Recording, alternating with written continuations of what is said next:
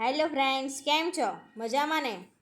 તો આજનો આપણો ટોપિક છે આંગણવાડી સંલગ્ન અભિયાનો. તો તેનો પહેલો ક્વેશ્ચન છે, રાષ્ટ્રીય પોષણ મિશનની શરૂઆત ક્યારે કરવામાં આવી હતી? તો આન્સર આવશે 2018માં કરવામાં આવી હતી. ક્યારે કરવામાં આવી હતી રાષ્ટ્રીય પોષણ મિશનની શરૂઆત? 2018માં. બીજો ક્વેશ્ચન, રાષ્ટ્રીય પોષણ મિશનનો હેતુ શું છે? તો આન્સર આવશે કુપોષણ દૂર કરવાનો. રાષ્ટ્રીય પોષણ મિશનનો હેતુ શું છે? કુપોષણ દૂર કરવાનો. ત્રીજો ક્વેશ્ચન, પોષણ અભિયાનનું સૂત્ર કયું છે? તો સહી પોષણ દેશ રોશન. ચોથો ક્વેશ્ચન, પ્રથમ મંગળવારે કયો દિવસ મનાવવામાં આવે છે? તો સુપોષણ સંવાદ.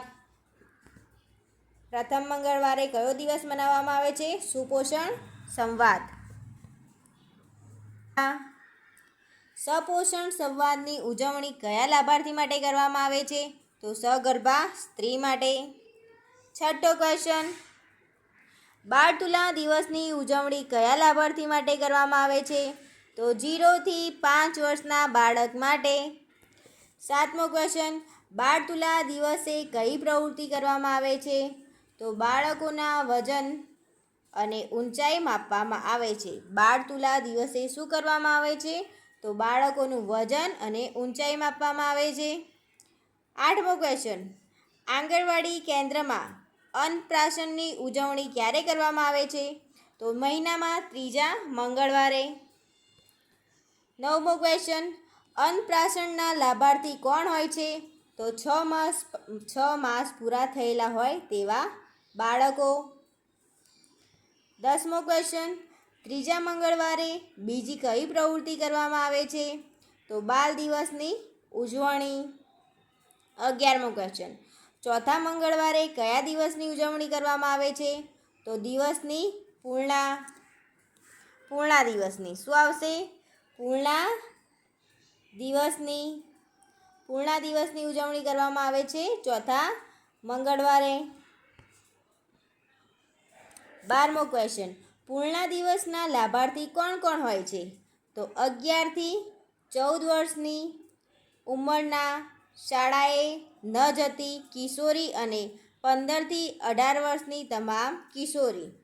કોણ છે પૂર્ણા દિવસના લાભાર્થી? તો 11 થી 14 વર્ષની શાળાએ ન જતી કિશોરીઓ અને 15 થી 18 વર્ષની તમામ કિશોરી.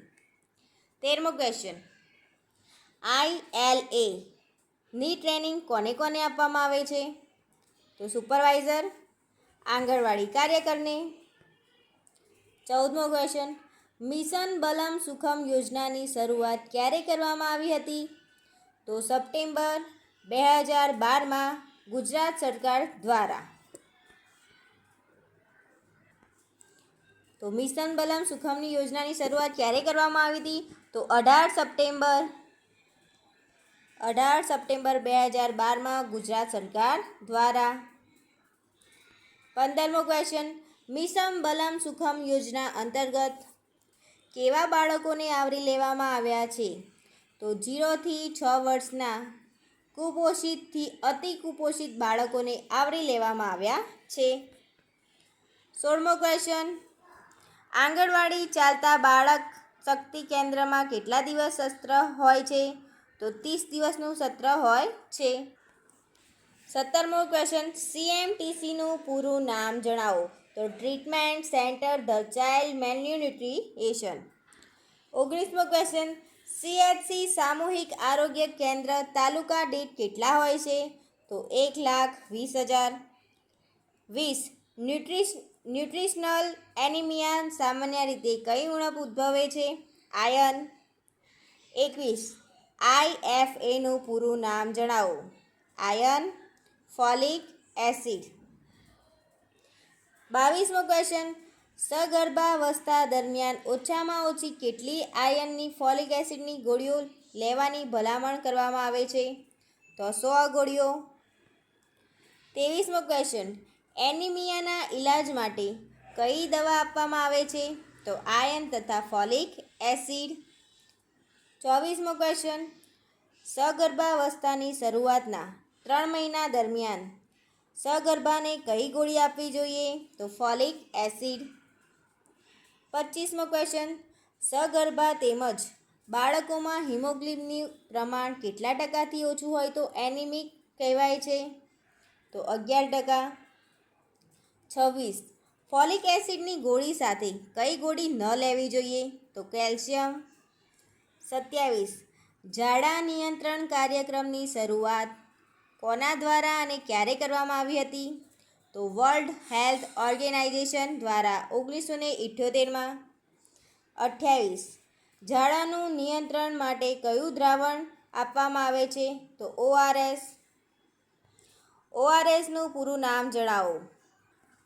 તો ઓરલ રિહાઇડ્રેશન સોલ્યુશન.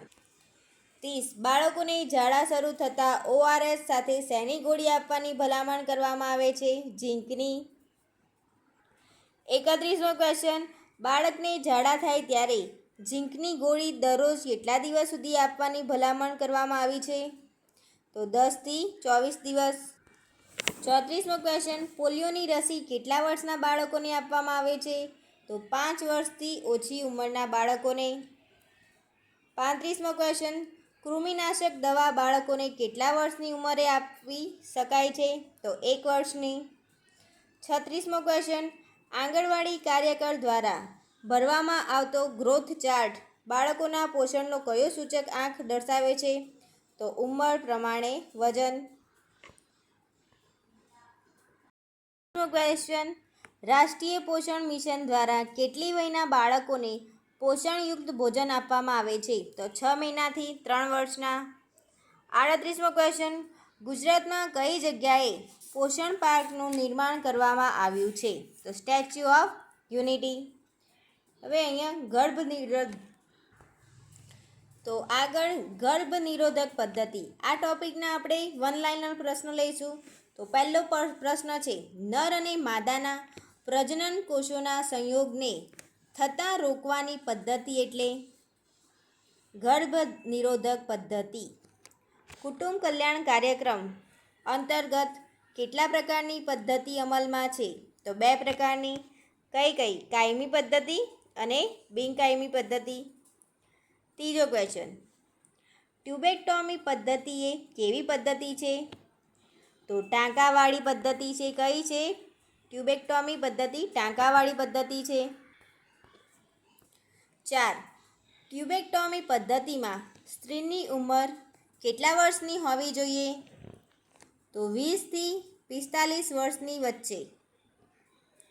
5મો ક્વેશ્ચન, ટાંકા વગરની લેપ્રોસ્કોપી પદ્ધતિ એ કયા પ્રકારની પદ્ધતિ છે? તો કાયમી પદ્ધતિ છે. 6થો ક્વેશ્ચન, ટાંકા વગરની લેપ્રોસ્કોપી પદ્ધતિ બીજા કયા નામથી ઓળખાય છે? તો કીહોલ સર્જરી અથવા ન્યૂનતમ આક્રમક સર્જરી. શાનાથી ઓળખાય છે? કીહોલ સર્જરી અથવા ન્યૂનતમ આક્રમક સર્જરી. 7મો ક્વેશ્ચન, સ્ત્રી બીજવાહિનીને રિંગ પહેરાવી બંધ કરવામાં આવે તે કઈ પદ્ધતિ થાય છે? તો લેપ્રોસ્કોપી ટાંકા વગરની પદ્ધતિ. 8મો ક્વેશ્ચન, 380 એ કોપર ટીની લંબાઈ કેટલી હોય છે? તો 3.6 સેન્ટીમીટર. 9. 380 એ કોપર ટીની પહોળાઈ કેટલી હોય છે? તો 3.2 સેન્ટીમીટર. લંબાઈ કેટલી? તો 3.6 અને પહોળાઈ કેટલી? તો 3.2 સેન્ટીમીટર. 10મો ક્વેશ્ચન, 375 કોપર ટી સામાન્ય રીતે કેટલા વર્ષ સુધી અસરકારક રહે છે? તો 5 વર્ષ સુધી અસરકારક રહે છે. કેટલા વર્ષ? 5 વર્ષ. 11મો ક્વેશ્ચન, 380 એની કોપર ટી સામાન્ય રીતે કેટલા વર્ષ સુધી અસરકારક રહે છે? તો 10 વર્ષ. 12મો ક્વેશ્ચન, NSVનું પૂરું નામ જણાવો. Non scalpel vasectomy. Non scalpel vasectomy. 13મો ક્વેશ્ચન, NPA ઇન્જેક્શન એટલે શું? Medroxyprogesterone injection. MPA injection એટલે મેટોક્સી પ્રોજેસ્ટેરોન ઇન્જેક્શન. 14મો ક્વેશ્ચન. MPA ઇન્જેક્શન ક્યારે લેવાનું હોય છે? તો દર 3 માસે એક વખત લેવાનું હોય છે. 15મો ક્વેશ્ચન. કુટુંબ નિયોજનની કઈ પદ્ધતિએ પુરુષો માટે કાયમી પદ્ધતિ છે? તો NSV નોન સ્કાલ્પેલ વાજેક્ટોમી. 16મો ક્વેશ્ચન. નિરોધ એ પુરુષ માટે કઈ પદ્ધતિ છે? તો બિનકાયમી પદ્ધતિ છે. 17. સ્ત્રીની ડિલિવરી પછી કેટલા સમયે કોપર ટી મૂકી શકાય છે? તો 1.5 મહિના પછી. કેટલા મહિના પછી?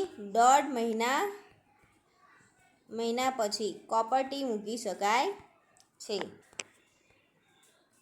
18મો ક્વેશ્ચન.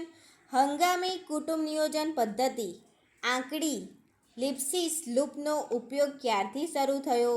તો વર્ષ 1965 થી. 19મો ક્વેશ્ચન. ટ્યુબેક્ટોમી પદ્ધતિ બીજા કયા નામથી ઓળખાય છે? તો ટ્યુબલ વૈધીકરણ. ટ્યુબલ વૈધીકરણથી ઓળખાય છે. ટ્યુબેક્ટોમી બીજા કયા નામથી ઓળખાય છે? તો ટ્યુબલ વૈધીકરણ. 20મો ક્વેશ્ચન. કઈ ગર્ભ નિરોધક ગોળી માત્ર સરકારી દવાખાનામાં જ મળે છે? તો માલા એન ગોળી ગર્ભ નિરોધક ગોળી માત્ર સરકારી દવાખાનામાં જ મળે છે. 21મો ક્વેશ્ચન. કયા કાર્યક્રમ